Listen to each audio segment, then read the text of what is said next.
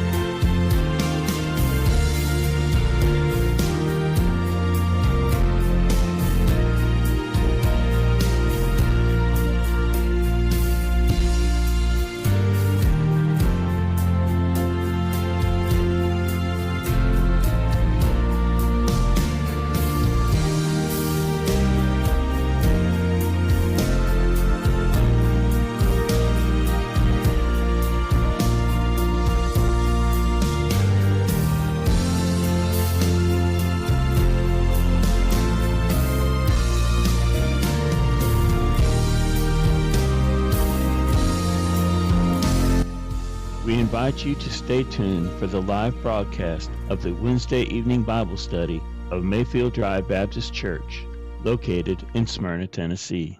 We will now join the service.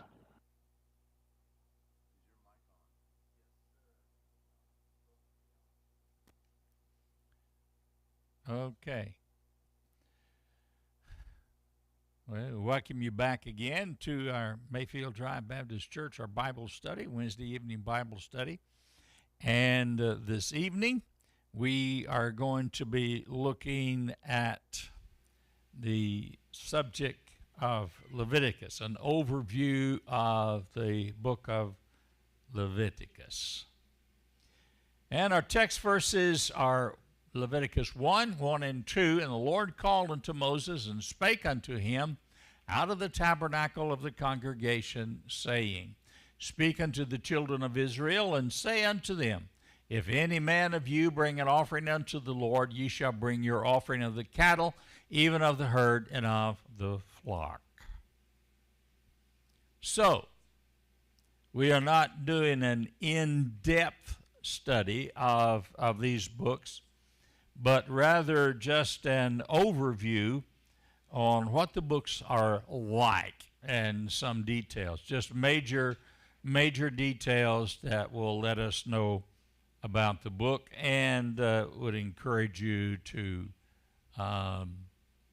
study it more. All right, by introduction. The name, and it probably should be pretty obvious, Leviticus, derived from the tribe of Levi. And again, the author is Moses, is the one that's commonly accepted as the author of the book of Leviticus. Exodus and Leviticus is, and even Deuteronomy, it's easy to see how that Moses could be the author of these books, because he lived in that time for the most part. The book of Genesis, that's a little more difficult, but because that was, of course, that was before his time, et cetera, et cetera, et cetera. And so that would, yes. That sounds like your brother when he was on that movie, et cetera, et Yeah. cetera. Yes. The book of Genesis would have to have been completely revealed to Moses, because he wouldn't have had a clue. So how do you know the beginning of man, and how do you know about the creation? God had to give him that information. Makes sense. I mean, he did the same thing with Luke. Luke wrote the book of Luke and Acts. And Acts. And Luke was Correct. not there for a lot of the book of Luke. That is correct. He Right. was for parts of the book of Acts. Parts. Yep. And same way with like the beginning of the Gospels. Right. They were not necessarily there for that. Like Right. For the Jesus, all of those things. So you can see how the Holy Spirit really, I guess you would say, come into play to for them to write down what he wanted it down. So Moses is commonly accepted as the author. Now there are some key words that are in this book, and they are access and holiness. Access and holiness. And I think you'll see as we get farther on why it's that. Subject matter, it is a digest of divine laws. Digest of divine laws. Not all of the details to all of the laws are in the book. Some are covered in the book of Deuteronomy. But Leviticus has the highlights, I guess you would say, of the Mosaic law. A central person, you'd never guess.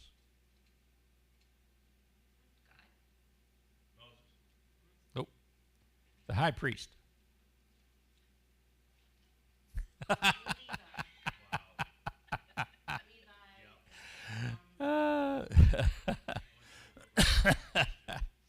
So, yeah, the central person in the book of Leviticus is the high priest.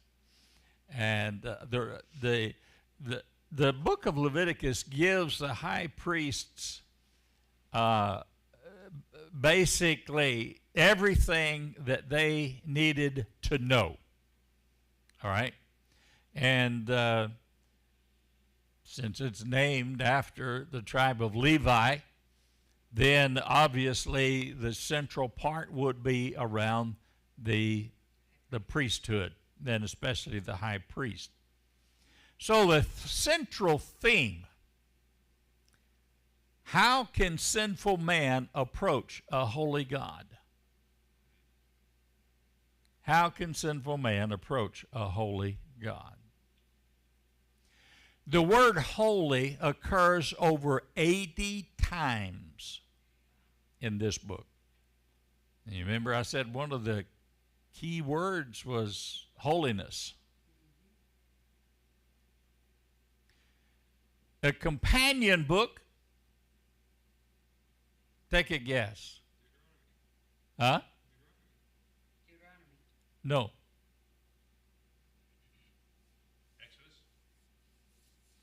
Think the New Testament. Oh, Romans? Hebrews. I was going to say it next. Hebrews.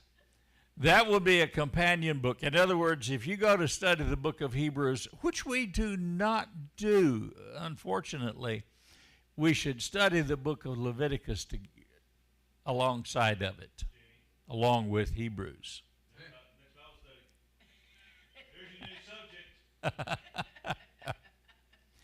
The book of Hebrews, because the writer of the book of Hebrews was writing to Jewish believers. Okay? But he brings in a lot of the law and shows how that the new covenant is better than the old.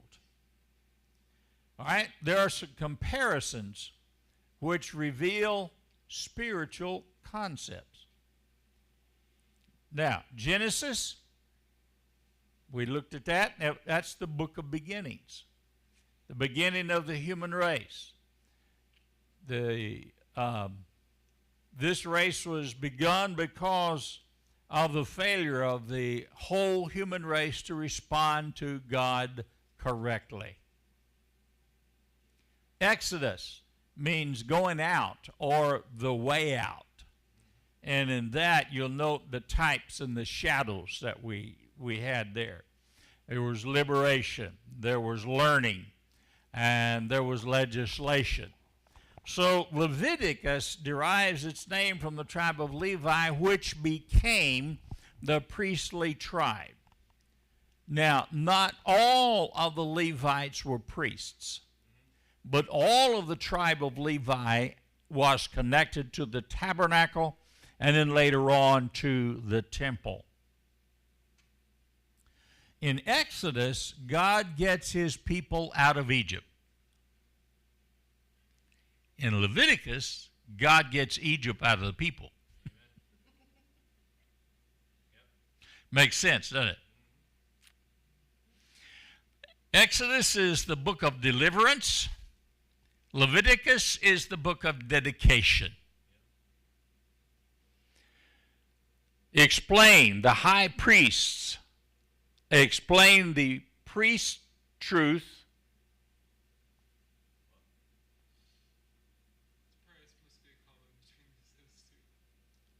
This doesn't make sense. Are you sure this is the way I had it?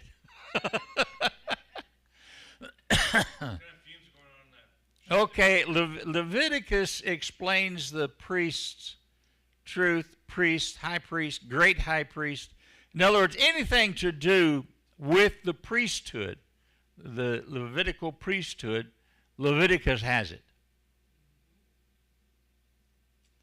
Hebrews reveals the significance of this truth. Okay? Now you see where the companion part comes in? And Christ is the great high priest. Now, as believers, the Bible says that we are priests. You didn't know that, did you? 1 Peter chapter 2, verse 9.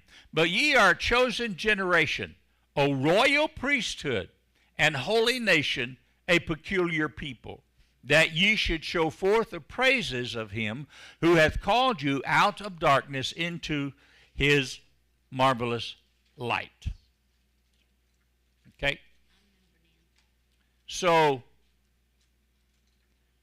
there are, if you think about it, there are about 4 types of priesthood. In the Bible or? Well, it's all in the Bible, yes. I mean, it's not obvious, but duh. Well, you know, I mean, I was thinking She like is pretty, Joe. She is pretty. Catholicism, you know, those kinds of things.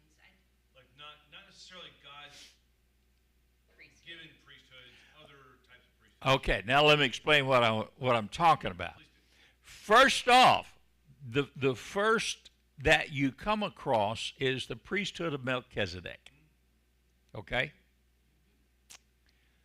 The second type of priesthood that you come across is the Levitical priesthood of the Jews, the tribe of Levi. The third priesthood that you come across is that of Jesus as the high priest. Okay? The fourth type of priesthood you come across is New Testament believers. Gotcha. Okay? The royal priesthood. The royal priesthood. Gotcha. Now you understand my madness? Yes. Probably not, but Ish. Kind of. all right, many people study the events of the Bible and they never see the spiritual significance of these events. The content of Leviticus. This is the content. The approach to God in chapters 1 through 10, that's the way. The activity before God, that's chapters 11 through 22, that's the walk. The adoration of God, that's chapters 21 through 27, that's worship of God. We break it down even a little farther. Number 1 is the approach to God. That's chapters 1 through 10. The offerings each depict phases of the work of Christ in our behalf. All right? There are many different ones, and we're going to look at them, not in detail, but mention them. Each one is a different facet, if you will, of the work of Jesus. All right? So you have the burnt offerings. That is Leviticus 1, verses 1 through 17, and then chapter 6, verses 8 through 13. These signify, the burnt offerings, signify atonement and consecration. Atonement and consecration. That's the first one, the burnt offerings. Then there is the meat or meal offerings. That's in chapter 1, verses 1 through 16, and chapter 6, verses 14 through 18. What did I say? Oh, I'm sorry, chapter 2, 1 through 16. All right. Yes, ma'am. Now, when you say meat or meal, is that like meat being animal flesh and meal being like cornmeal? Meal is an interchangeable word with meat offerings. signifying thanksgiving. I am not sure what the content of this particular offering is. It's not necessarily a meat offering, but it's not necessarily a vegetation offering either. I'm sorry, I did not dig into the content of this particular one. Whatever the content of this offering is, it signifies thanksgiving. The sin offerings, Leviticus 4, verses 1 through 35, and then chapter 6, verses 24 through 30. These signify reconciliation.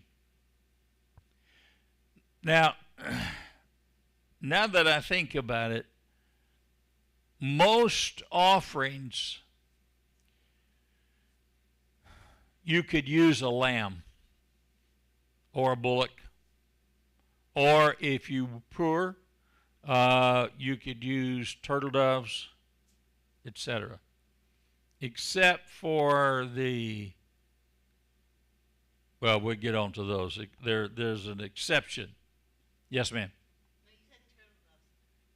Was that something common that, or did someone have to grow the turtle doves? You probably find it in a pond somewhere. Yeah, turtle doves were pretty common. Ignore our source. Turtle doves were pretty common, and very inexpensive.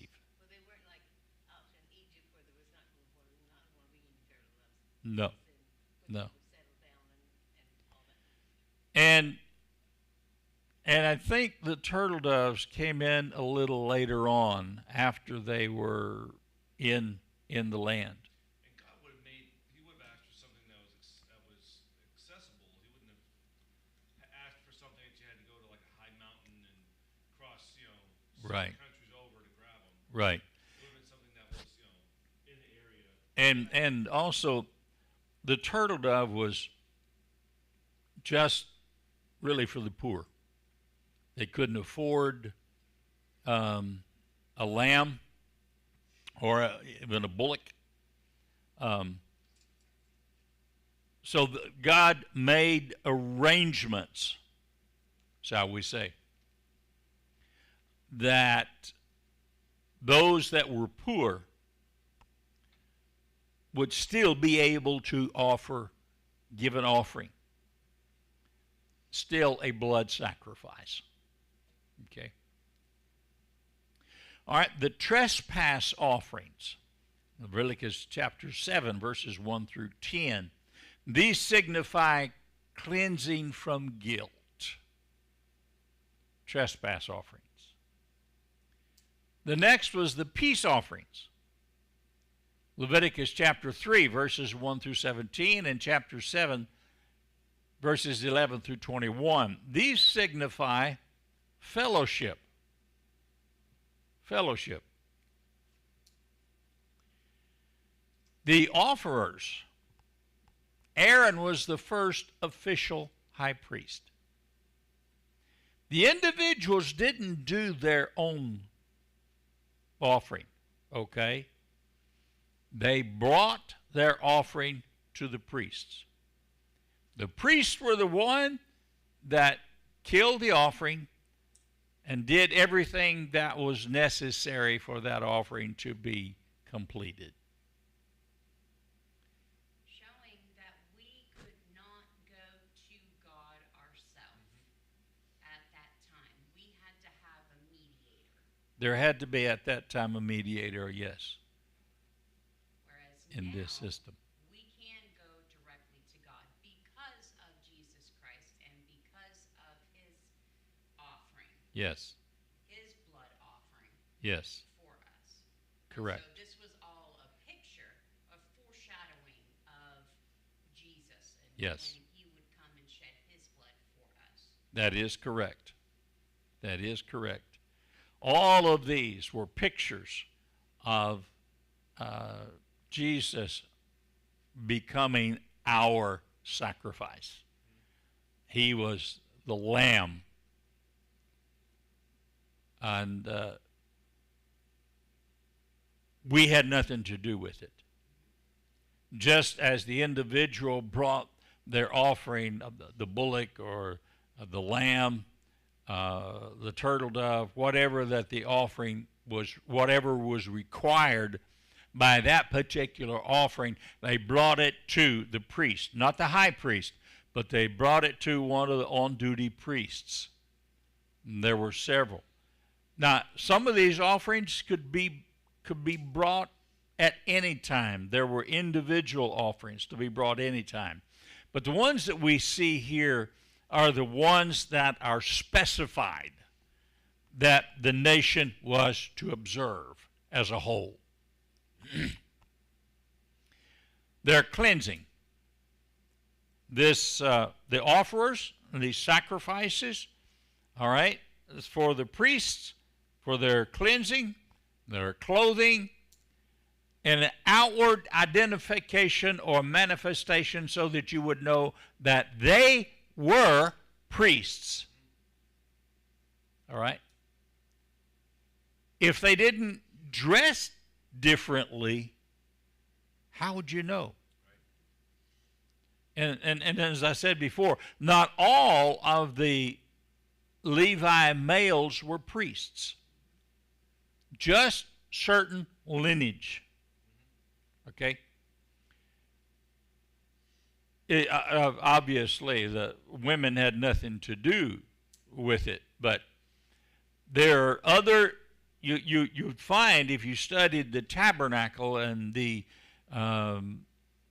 building of the tabernacle, that certain segments of the tribe, clans, I guess maybe we would say in some other terms, had responsibility for the canvas.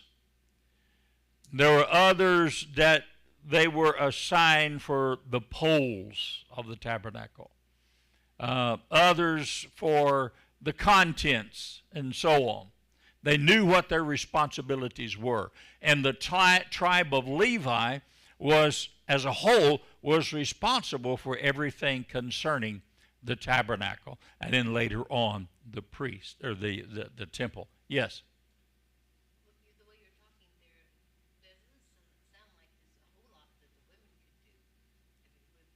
Because the tribe was for the men, the tribe of priests for men, not the women. Well, not necessarily. As far as official serving, yes. But who's going to take care of the children? Who's going to take care of home things? Okay? I wasn't talking about that. I was talking about, how to make The actual doing of the temple, caring for the temple, was all men, yes. Right. The women had plenty to do, with the men occupied with the things of the tabernacle and its care, its maintenance, cleaning, whatever. And I imagine things could get pretty hairy when there was a lot of sacrifices made. That's quite messy. And, the priests had to do the sacrifice. But I would not be surprised if other Levites did not help assist the priests in doing things. Okay? There were millions of people. Yes, you're talking about several million people. So it was quite an undertaking. It was a full-time job. Sacrifices would be a full-time job. Yes, it was, unless they were traveling. So, but how would you tell apart the Levite from the priests unless they dressed differently? You see, that way a priest was easily identified. Okay. Their concentration. Access through priestly mediation. Consecration. Consecration. Yes. So I said concentration, didn't I? Consecration. Blah. The priesthood, just as Jesus is our mediator, the priests were the mediator between man and God. Now, we do not have to have a human priesthood now such as they had to have. Okay? Therefore, the Catholics are all wet. Exactly. Right. And what is when they go into a person goes into a confession and what does they forgive me, Father, for I have sinned? He can no for forgive you, and you can forgive yourself. That's right. Okay? God does the forgiving. We do not have to have a mediator. That's right. They did then. But that was the old covenant. That was the Old Testament. New Testament, the law is done away. Things have changed. Jesus is now the high priest. Jesus is now the mediator for us, his children, God's children. Whoop. So we got the call of the priest, chapter 8, 1 through 5, the cleansing of the priesthood, everything, chapter 8, verse 6, the garments of the priest, chapter 8, verses 7 through 13, the atonement for the priest, chapter 8, verses 14 through 34. They had to have offerings just like everybody else. They were not exempt. That's why when the high priest went into the Holy of Holies once a year, but he went in there twice. First, for his own offering. Okay? The second time he goes in for the offering of the people. He has to do himself first. And if he doesn't, then he's in trouble. Okay? And that was the reason why. But it's only one time a year. And then he goes in, offers the offering for himself as the high priest. And then the second time he goes in for the offering for the people. Yes? Wasn't there one of the priests that didn't do it right, and they waited for the bells or something like that, and they never heard it? No, there were two priests, not high priests, but there were two priests that offered strange incense, and those were Samuel's sons. No, not Samuel. No, Eli. Eli's sons. Eli's sons. They were crooked to begin with.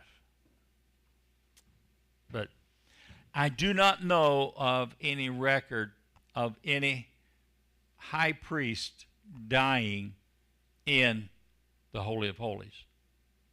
The Bible doesn't say it. The Bible doesn't say. Jewish tradition and history doesn't. I've never seen any indication about a high priest dying in the Holy of Holies. There's always that possibility if he didn't do things right. But I have never run across any account of it. I think that almost make it where like it would make them afraid to do it if somebody was if they really messed up so bad and they died. I'd be really scared to go back in there. I'd be afraid I wouldn't do good enough. I'd be afraid. Well, that was part of the high priest's job. So, the dangers as well as the blessings. All right? Then we have an example of the sinfulness of the priest, chapter 10. So, secondly, the activities before God, or the second enactments governing Israel. That's chapters 11 and 12. The purpose of their activities was to portray the holiness and purity of life. The holiness and purity of life. So holiness comes back into play again. The priests and people were to be different from the world. It is no different today. We are to be different from the world. We do not dress differently, so to speak. So the only way that people of the world can tell that we are who we say we are is by how we conduct ourselves. Our conduct includes our actions, our speech, our thoughts. All of this is our priestly robe, if you will. Otherwise, how are people going to know? How are they going to know that we are priests? We don't have the outward garments, but we have the inward. Okay? And if we don't show this to the world, if we do not conduct ourselves differently and apart from how the people of the world that are lost, that haven't been saved yet, the way they conduct themselves, if there's no difference between us, what's the use? And people will say, well, I don't need that. I'm just as good as this person is. He or she claims to go to church. They claim to be a Christian. They claim to do this or that or the other, and they don't act any different than I do.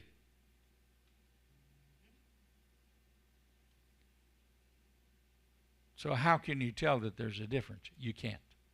That's right. This is one of the major things that my father-in-law had, Angela's dad, because he saw how that supposed Christians conducted themselves on Saturday night and then was in church singing praises to the Lord on Sunday morning.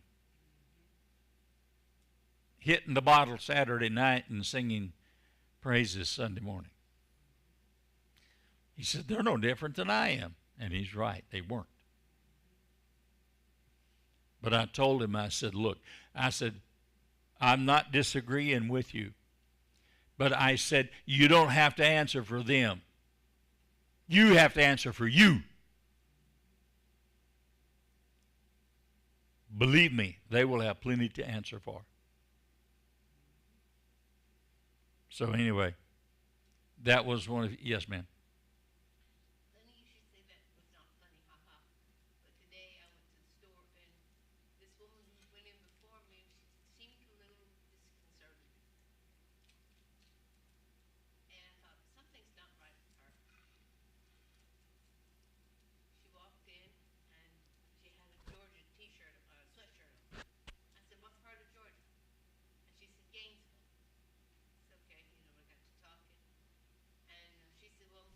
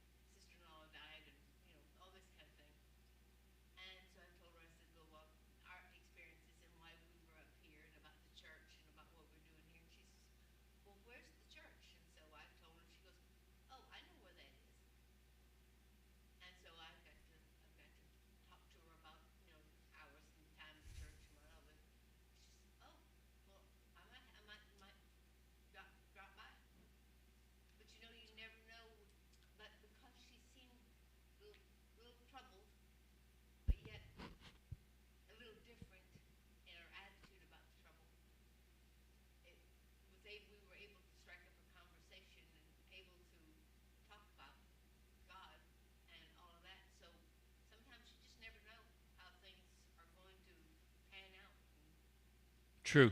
God is going to give you an opportunity to talk about it. Right. All right, 1 Peter chapter 2, verse 9, but ye are a chosen generation, we read this already, royal priesthood and holy nation, a peculiar people, that ye should show forth the praises of him who hath called you out of darkness into his marvelous light. So your praises become a mockery if your praises are not supported by a correct lifestyle. And that's what we've been talking about. The personal cleanliness aspect. Pure food, dietary laws, chapter 11. Can I say this? If we followed the dietary laws that God gave the Jews, we probably would not have a lot of physical ailments that we have and diseases that we have today. Sorry.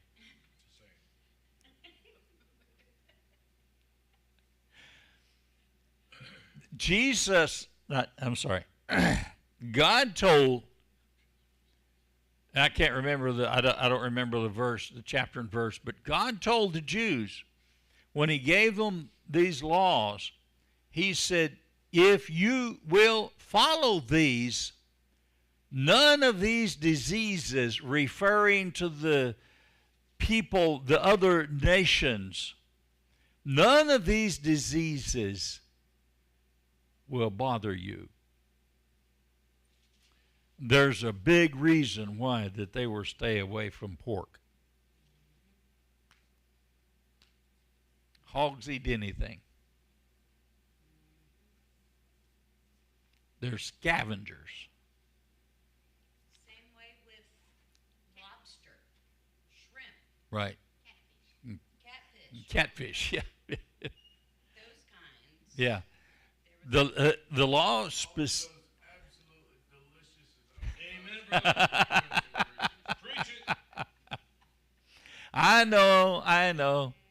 Could be Gentile. We like those things.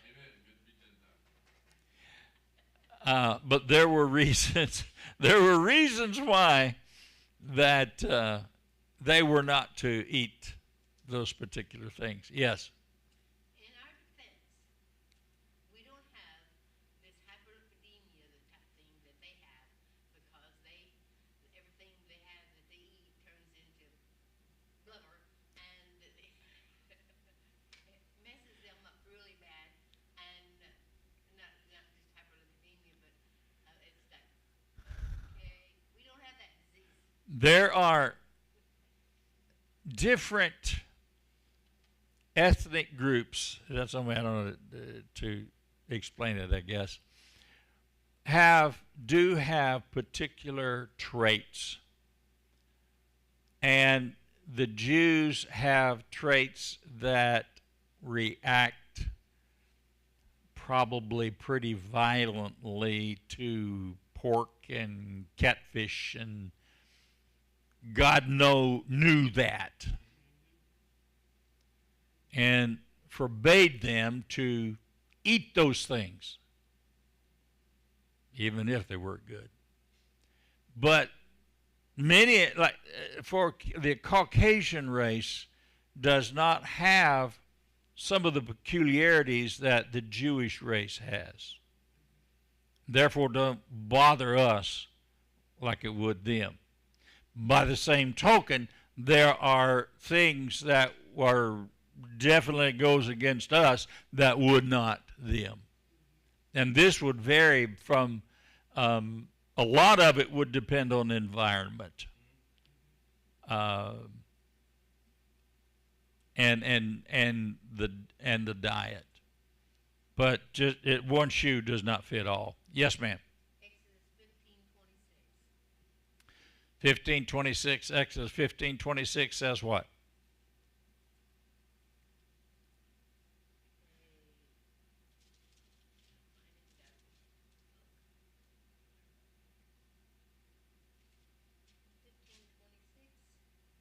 It says, and he said, if thou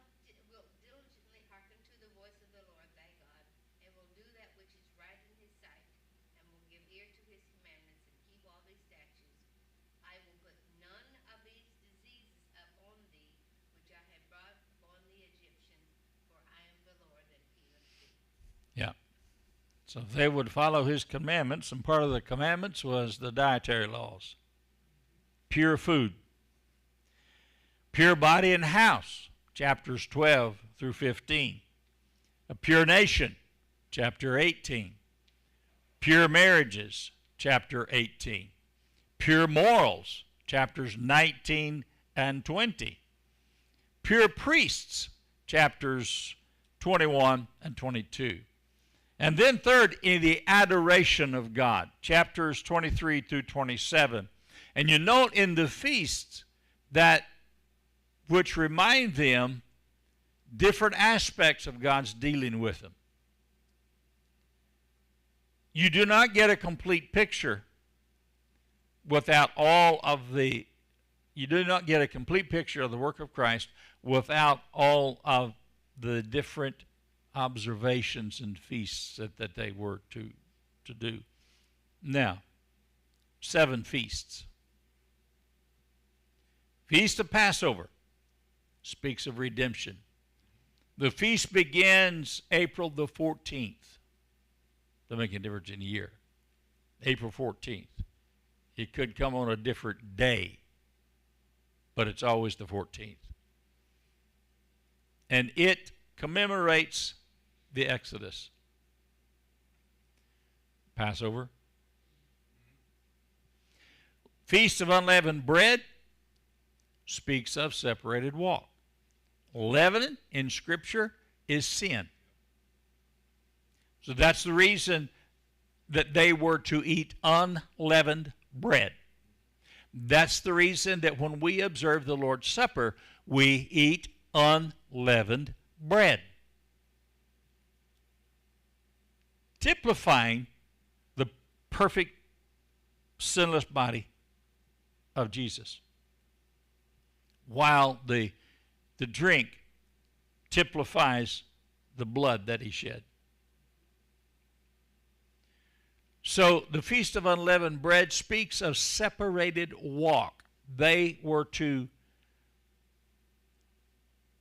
if they followed the commandments and the ordinances of God, then they would live and would have a separated walk from the world before the Lord. This Feast of Unleavened Bread begins April the 15th, immediately following the Feast of the Passover, and it continues for 7 days. So there were an 8-day block that they were to have unleavened bread. Now, they didn't necessarily eat the lamb, but they were to have unleavened bread for 7 days. 7 means completion. Well, if I remember correctly, the lamb was supposed to be eaten in one night. It was supposed to be eaten in one night. In its entirety. Right. Including the head. What was left was to be burned. Feast of the First Fruits. This speaks of resurrection. There seems to be no stated time frame as in the other feasts. I could not find a time frame. Maybe it's there and I missed it. It appears when the first harvest is made. Then the offering is made. That would be different depending on what the harvest is. Okay? The harvest of wheat might come different than the harvest of oats. Depending on how the weather was, it may come earlier than other years. The land had, how does it go? Former rains and latter rains. Former rains were before the crops were planted. The latter rains would come after harvest. And if you planted before, I hope I've got this right, best as I can remember. If you planted before the former rains or the first rains, crops wouldn't do much. It had to be after the former rains. And if you didn't get your harvest out before the latter rains, then you were going to lose a lot of it. Okay?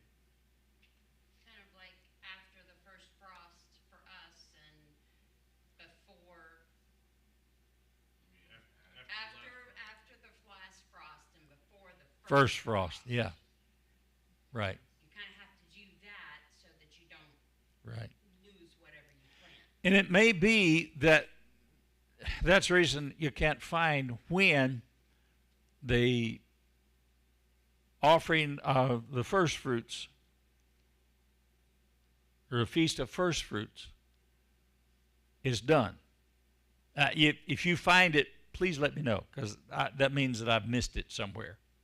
Well, there's also a lot of different other harvests. There was the harvest of the grapes, Yes, harvest of the figs. There, yes, you know, those kinds of harvests too, not just, you know, the wheat, the stuff that you actually planted. There were other yes. things that you harvested that came at different times of the year as well. You are correct. And they you- had to give offerings of that as Yes. well, There- not just, you know, what they planted.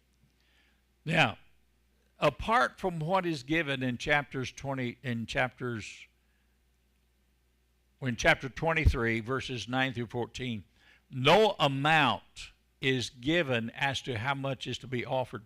Jewish tradition seems to indicate 1/60th is the amount. To give a tenth of the first fruits might be a huge amount. You follow me? Now, after the days of the tabernacle moved into the days of the temple, the Jews were to give a tenth as a tithe of everything because they were supporting the tribe of Levi. Okay? But here in the beginning, with the tabernacle still being used as the center of worship, 1/60th seems to be the amount. Now this comes from Jewish tradition.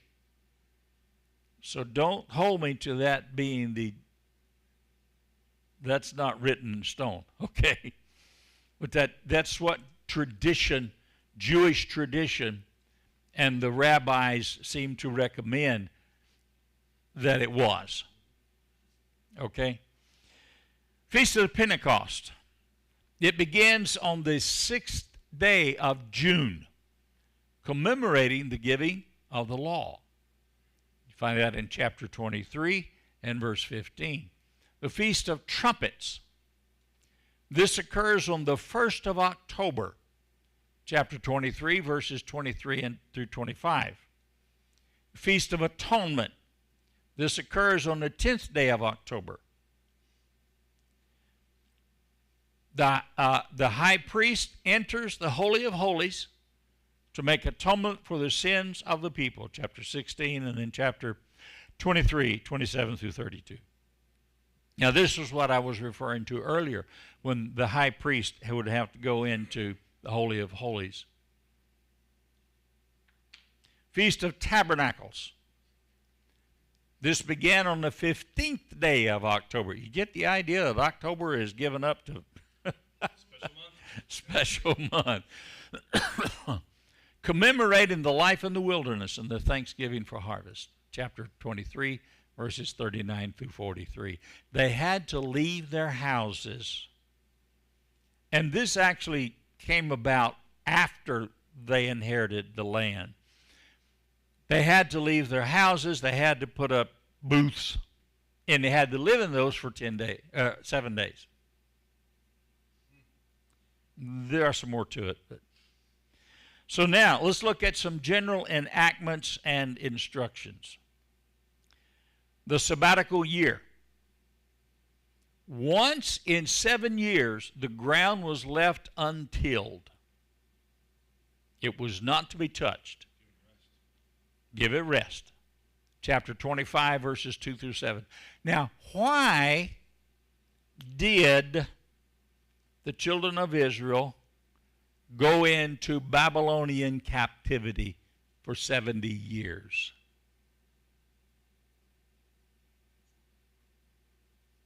Yes, ma'am? Because they did not observe the sabbatical year.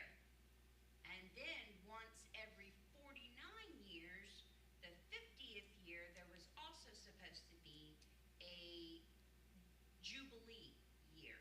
You must have read my notes. No, I remember. She listened to you, Joe. She remembers. Yes.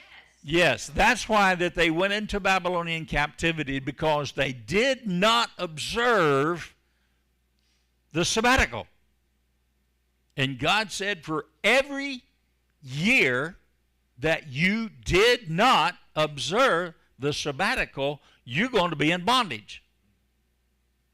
70 years. That's the reason why. Because of their disobedience. He's always very precise. Always very precise. Wasn't it 490 years? Yes, 490 years. That they 490 years. The year of the Jubilee. Once in 50 years, not 49, 50, the slaves were liberated, debtors were freed, and a general restitution took place. Chapter 25, verse 8 through 16. Was supposed to, right. Conditions and blessings. Conditions of blessing. In other words, if you did, God says, if you do this, I will bless you. And warnings concerning chastisement. If you don't, this is what's going to happen. Chapter 26. The law of vows. Chapter 27. The book of Hebrews should be studied as a companion to Leviticus. All right. In conclusion, do you think we're never going to get there? Our responsibility is to approach God on the basis of His provisions. To act like God's people, different from the world. To adore God. A worshiping people who act different will cause others to approach God. Simple as that. That's our overview. Questions, comments? It doesn't seem like it's a very technical book. Very. Very technical. And sometimes it's easy to get bogged down in those details, without seeing that overall picture of why God was instituting those different things. And that's probably what happened with the priests themselves, I would imagine. Yeah. Yeah, why do you think the people went to 490 years without observing the sabbatical? That sabbatical year. Because the priest didn't. You become old habit, old road, same old, same old. What's the difference? If the leadership fails, the people fail. That's a basic standard. If the leadership fails, the people fail. Now, obviously, there are exceptions to that rule, but that is a basic thing. The children of Israel probably would not have had to go into captivity if the spiritual leadership had been doing what they were supposed to do. And they got complacent. Complacency kills. Yes. Greedy. They also got greedy. Right? How are we going to do for this year without God told them to lay up that last year before the sabbatical year, their crops would be adequate for that year and the year to come. He didn't leave them without. He didn't expect them to go without. But he expected them to do what they were supposed to do so he could do what he was supposed to do. Not that we could limit God, but many things that he does hinged on what we are supposed to do. And still today. Now, I wonder, did they suffer any agricultural consequences because they didn't let the land rest either? Apparently not.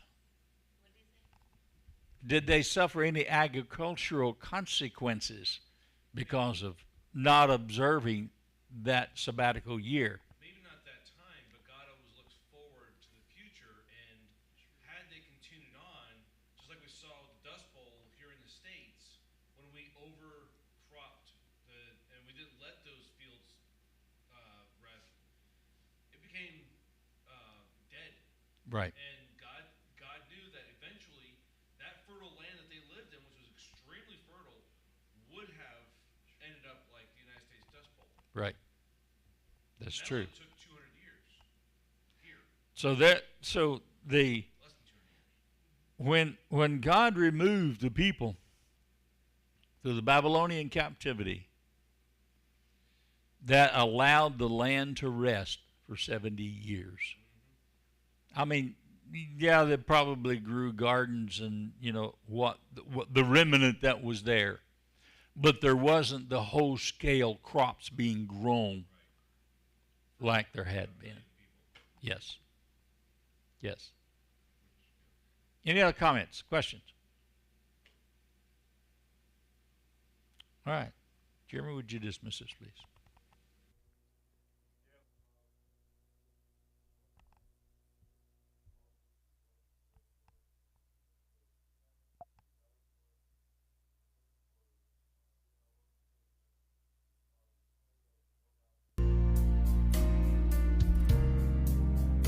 We here at International Missionary Baptist Ministries are so thankful that you chose to watch or listen to this Wednesday evening Bible study.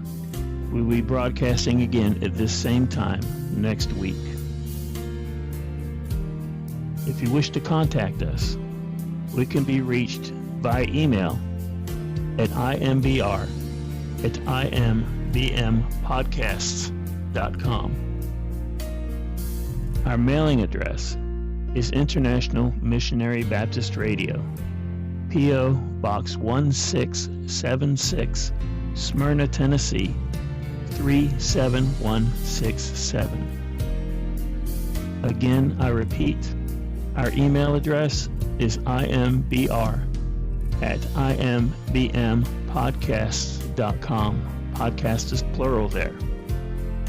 Our snail mail is International Missionary Baptist Radio, P.O. Box 1676, Smyrna, Tennessee 37167. We thank you so very much for watching or listening.